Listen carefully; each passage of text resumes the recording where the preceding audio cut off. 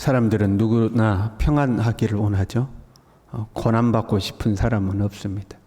다 평안하고 평화롭게 안전하고 거기다가 여유롭게 살고 싶은 마음이 있죠. 그러나 우리가 그렇게 평안도 원하고 여유로움도 원하고 소위 말하는 축복도 원한다면 거기에 합당한 사람이 되어야 되죠. 학생들에게 또는 청년들에게 이런 질문을 할 때가 있거든요. 너는 어떤 사람을 만나고 싶냐? 너의 배우자가 누가 됐으면 좋겠냐? 이제 물어보면 대부분이 다 그렇죠. 키 크고 잘생겼고 그다음에 신앙 좋고 직장 좋고 성품 좋고 남자들은요 예쁘고 마음씨 착하고 막 다 그러는 거 아니에요? 그러면 다시 물어보는 거죠. 그러면 너는 어떤 사람이냐 하는 거죠. 너는 그러한 사람을 만날 만한 그런 사람이냐 하는 거죠. 나는 내 상대가 키도 크고 성품도 좋고 돈도 잘 벌고 믿음도 좋고 그런 사람이었으면 좋겠는데 정작 나는 어떤 사람이냐, 거기에 합당한 사람이냐 하는 거죠. 자신이 누리려고 하는 것에 합당한 사람이 되어야 되는 거죠. 합당하지 않는데 그것을 가지고 있으면 오래 못 가는 겁니다. 내게서 오물 냄새가 가득 나는데 내가 아무리 나비를 내 곁에 두고 싶어도 나비는 떠나가고 파리가 날라오는 거죠. 야 파리야 너는 오지 마. 나비야 네가 와 그러는데 내게서 오물 냄새가 자꾸 난다 이 말이에요. 그러면 파리는 안 오고 파리가 오고 나비는 안 오는 거죠. 내가 거기에 합당한 사람이 되어야 되는 거죠. 평안을 원하면 하나님의 뜻 안에 거해야 됩니다. 평화를 원하면 말씀 안에 살아야 합니다. 그럼에도 불구하고 고난이 찾아올 때도 있어요. 하나님의 뜻 안에 거하는데도 우리가 다 이해하지 못하는 하나님의 섭리가 있는 거죠. 말씀 안에 거해도 고난이 올 때가 있는데 말씀 안에 거하지 않는다? 그 당연히 고난이 오게 돼 있습니다. 징계가 없으면 사생자라고 그랬어요. 우리가 하나님 말씀을 어기며 사는데 내가 아무렇지도 않아요. 평안해요. 그러면 사생자다 이 말이에요. 하나님은 그 사랑하시는 자를 책망하고 징계하신다고 그러셨어요. 지금 이스라엘은요 하나님께 등을 돌리고 온갖 더러운 것을 쫓아갔습니다. 견디지 못한 하나님이 징계하시는 거죠. 하나님의 징계는 점진적이었습니다. 1차 포로 잡혀가고 2차 포로 잡혀가고 점진적으로 하나님의 심판이 이루어지죠. 하나님이 점진적으로 심판하신다는 것은 기회를 주시는 겁니다. 한 번 경고하시고 또 경고하시고 하는 거죠. 빨리 정신을 차리라는 거죠. 그런데 정신을 이제 못 차리는 거예요. 15절에요. 예루살렘 주민이 네 형제 곧 네 형제와 친척과 온 이스라엘 족속을 향하여 이르기를 너희는 여호와에게서 멀리 떠나라. 이 땅은 우리에게 주어 기업이 되게 하신 것이라. 예루살렘에 남아있는 자들이 지금 포로 잡혀가 있는 사람들 이런 사람들을 향해서 너희는 멀리 떠나라. 이제 이 땅은 우리 것이다. 이제 이렇게 이야기하는 거예요. 우리가 소위 부정 탔단 말이 있잖아요. 부정 탔어. 너 부정 탔어. 가까이 오지 마. 오지 마. 오지 마. 이제 이런 거잖아요. 포로 잡혀가 있는 백성들을 향해서 오지 마. 오지 마. 너희들은 부정 탔어. 하나님이 이제 이 땅을 우리에게 주셨어. 이제 이런 말이죠. 너희들은 하나님께 버림받았어. 너희들은 하나님께 버림받아서 다 포로 잡혀간 거야. 이제 남아있는 우리에게 하나님이 이 땅을 주신 거다. 너희들은 저리 가라. 오지 마라. 이제 이런 표현이거든요. 이 본복이라는 것이 있어요. 본복이. 제가 군대 갔는데 제가 1월 달에 군대 갔거든요. 강원도로 가가지고 눈이 얼마나 많이 오는지 몰라요. 강원도는. 제가 있던 부대에서는 10월 달에 눈 와가지고 5월 달까지 눈이 왔어요. 눈이 와요. 근데 이제 훈련소에서 훈련 받는데 이제 막 군대 들어간 이 젊은이들이 뭐 잘 압니까? 잘 모르죠. 그러니까 조교가 그 향교라는 게 있어요. 그 훈련생 대표가 있어요. 걔를 그 눈밭에다가 머리를 이제 거꾸로 박는 온산폭격이라고 그러죠. 거꾸로 박으면 머리가 막 눈 속으로 다 들어가요. 그런 기합을 주는 거예요. 왜 그런 기합을 줘요? 본보기를 보여주는 거예요. 너희들이 말을 안 들으면 이렇게 벌을 받는다는 것을 대표로 보여주는 거예요. 그럼 그렇게 해놓고 나면 나머지가 이제 말을 잘 듣는 거죠. 야, 잘못하면 저렇게 된다. 그러고. 걔가 잘못해서 걔가 그런 벌을 받는 것이 아니라 본보기로 걔만 벌을 주는 거예요. 나머지가 그거 보고 깨달으라는 거죠. 지금 1차, 2차 포로 잡혀간 사람들은 지도자급들이에요. 지도자로서 책임과 본을 보이지 못했어요. 거기에 대해서 본보기로 지금 매를 맞고 있는 거예요. 남아있는 사람들이 잘해서 매 안 맞는 게 아니에요. 1차, 2차로 하나님 본보기로 매를 때리신 거죠. 그런데 남아있는 자들이 착각한 거예요. 야, 우리는 괜찮다. 우리는 하나님 앞에 잘못한 게 없어서 매 안 맞았어. 너희들은 잘못한 게 많아서 매 맞았어. 그러니까 너희들은 오지 마, 이제 오지 마. 이제 여기는 우리 거야. 우리가 주인이야. 지금 그러고 있는 거예요.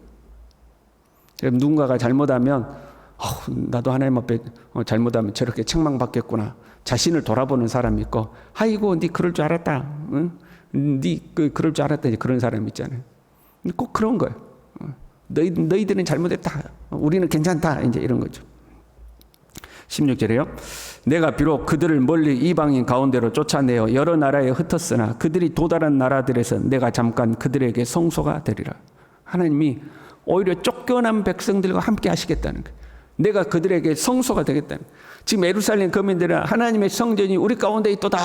우리는 괜찮아. 그러고 있는 거거든요. 그러면서 성전에 우상 가득 채워놓고, 하나님은 그 성전을, 예루살렘 성전을 떠나서 쫓겨간 그 나라에서 내가 그들에게 성소가 되어주겠다 하는 거예요. 고난당하는 자들에게 함께 하시는 거죠. 예루살렘은 심판을 앞두고 있고 포로된 자들에게는 하나님이 함께 하시죠.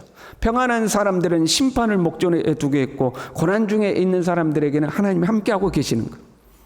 그런데 그 평안한 사람들이 고난당한 사람들을 무시하고 있는 거죠. 왜? 겉으로 보기에 자기들이 평안하다는 이유 때문에.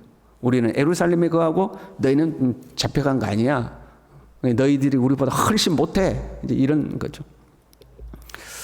사실 포로 잡혀간 사람들도 지금 하나님이 너희들과 함께 하겠다, 너희들의 성소가 되어주겠다 말씀하시는데 그들도 사실 죄와 형벌 때문에 죄 짓고 형벌을 받아 포로 잡혀간 거거든요. 그러나 그것은 하나님의 뜻이었죠. 보세요. 우리 자녀들이 말을 안 들어요. 징하게도 말을 안 들어. 그래서 외출 금지를 시켰어. 외출 금지야! 하고 이제 벌을 내린 거죠. 그랬더니 한 아이는 외출 금지 내가 당했다고 그러고 그 부모의 형벌에 징계에 순종해서 집에 있었어요. 그런데 한 아이는 난 몰라 그러고 몰래 빠져나갔어요. 그럼 어떤 아이가 더 옳은 아이예요?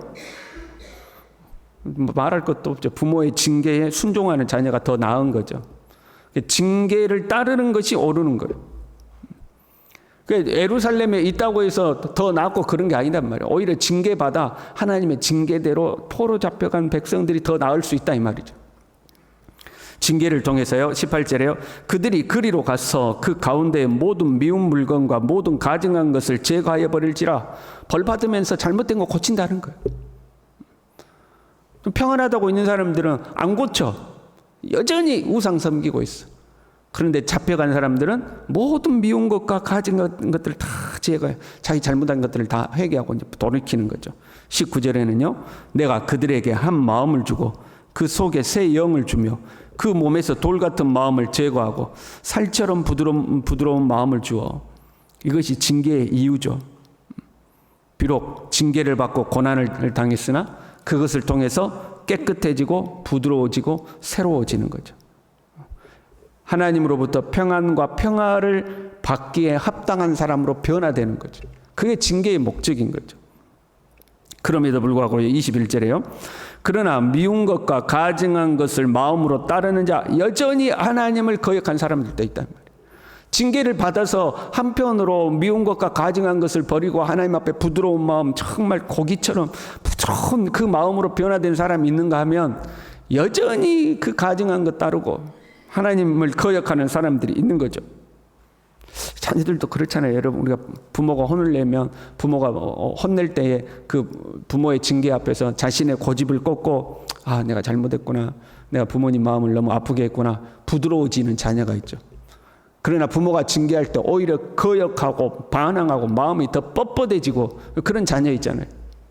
그러니까 징계 받으면서 어떤 사람들은 모든 하나님이 싫어하는 것들을 다 버리고 하나님 앞에 부드러운 마음으로 하나님의 말씀을 지켜 행하는 자로 변화되는 사람이 있고, 오히려 어떤 사람은 하나님이 있다면 나한테 어떻게 이럴 수가 있어 하고 더 뻣뻣해지는 사람이 있는 거예요. 그런 사람이 존재한다는 거죠. 지금 예루살렘에 남아있는 자들은요, 그 뻣뻣해지는 사람들이죠. 깨닫지를 못하는 거예요. 자기는 현재 평안하고 괜찮다고, 저 포로 잡혀간 것들이 나쁜 놈들이고 우리는 괜찮아 하고 깨닫지 못하고 있는 거죠. 다른 사람이 고난받을 때요, 우리는 다른 사람을 정죄하기보다 도대체 얼마나 하나님 앞에 잘못했으면 저런 벌을 받냐 하고 정죄하기보다 우리 자신을 돌아봐야 되죠. 혹시 나도 저런 모습이 있지는 않은지 우리 자신을 돌아봐야 되는 거죠. 누가복음 13장 4절부터 보면요, 실로암에서 망대가 무너져 치어 죽은 18사람이 예루살렘에 거한 다른 모든 사람보다 죄가 더 있는 줄 아느냐.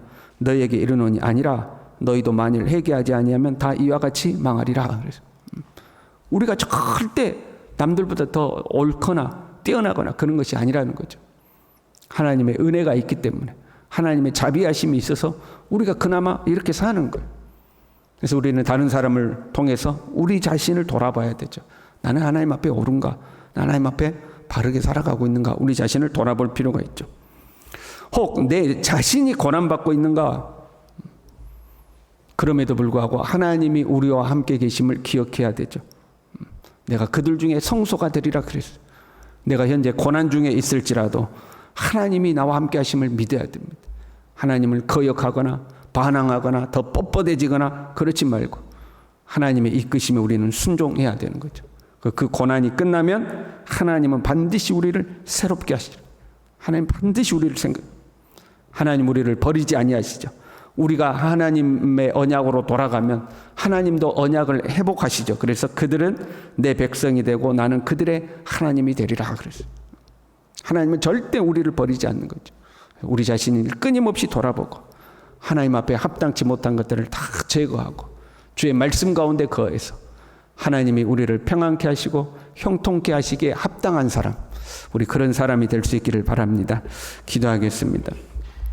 하나님 아버지, 내 자신이 의롭거나 내 자신이 하나님 앞에 온전해서 현재 우리의 삶이 평안한 것처럼 우리가 오해하지 않도록, 나는 비록 부족하나 하나님의 은혜가 있어서 우리가 평안을 누리고 살아가고 있음을 항상 명심하게 도와주시고, 끊임없이 우리 자신을 돌아보아 하나님 앞에 미운 것, 가증한 것 다 버리게 하시고 뻣뻣해지지 않고 거역하지 않고 부드러운 마음으로 하나님의 말씀을 지켜 행하고, 다른 사람이 어려움을 당할 때에 혹시나도 저런 부분이 있지 않는가 내 자신을 돌아보고, 혹 나에게 어려움이 찾아왔을지라도 하나님이 나와 함께 하심을 믿고 하나님 앞에 더 순결해지는 그런 하나님의 사람으로 살아갈 수 있도록 우리 모두를 붙들어 주시옵소서. 예수님의 이름으로 기도 올리옵나이다. 아멘.